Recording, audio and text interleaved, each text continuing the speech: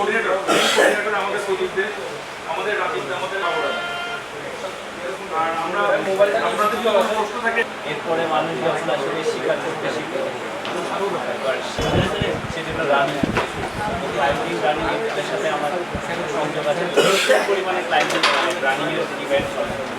আপনারা এখানে almost everyday সকাল 5টা থেকে বা 5:30 থেকে শুরু হয়, 8টা 9টা।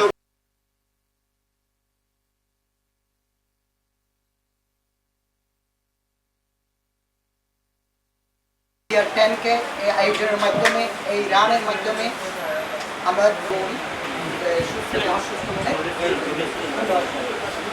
16 বা 17 থেকে ওরা শুরু করে। তারপর থেকে আমাদের সঞ্জয়দা এখানে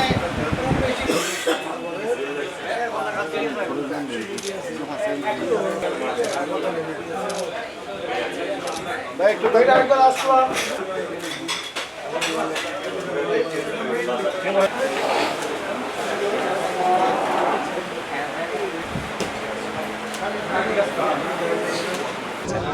রানের তো সবসময় প্রয়োজন আছে, মানে মানুষ নিজেকে ফিট রাখার জন্য এই যুগে এখন মানুষ তো আসলে নানান রকম অসংক্রামক রোগে ভুগছে, যেগুলো আসলে একজন থেকে আরেকজনের ট্রান্সমিট হয় না, এরকম রোগে ভুগছে।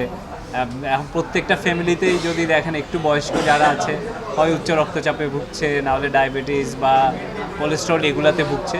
তো এই ধরনের অসংক্রামক রোগ থেকে বাঁচার জন্য রান একটা সবসময় খুব ভালো একটা মাধ্যম। আর একই সাথে যারা আসলে তরুণ আছে, এরা আসলে তো কোনো কিছু নিয়ে ব্যস্ত থাকতে হবে। তো সেই ব্যস্ত থাকার জন্য আসলে রানটা একটা খুব ভালো একটা মাধ্যম। টোটাল হচ্ছে 1100 প্রতিযোগী 12টি দেশ থেকে অংশগ্রহণ করছে। এখানে 12টি দেশের প্রতিযোগী যারা অংশগ্রহণ করছেন তাদের মধ্যে হচ্ছে এশিয়ান ইউনিভার্সিটি ফর উইমেন এবং হচ্ছে বিভিন্ন ইপিজেড কোম্পানিতে, ফরেন কোম্পানিতে যারা কাজ করছেন, বিভিন্ন দেশের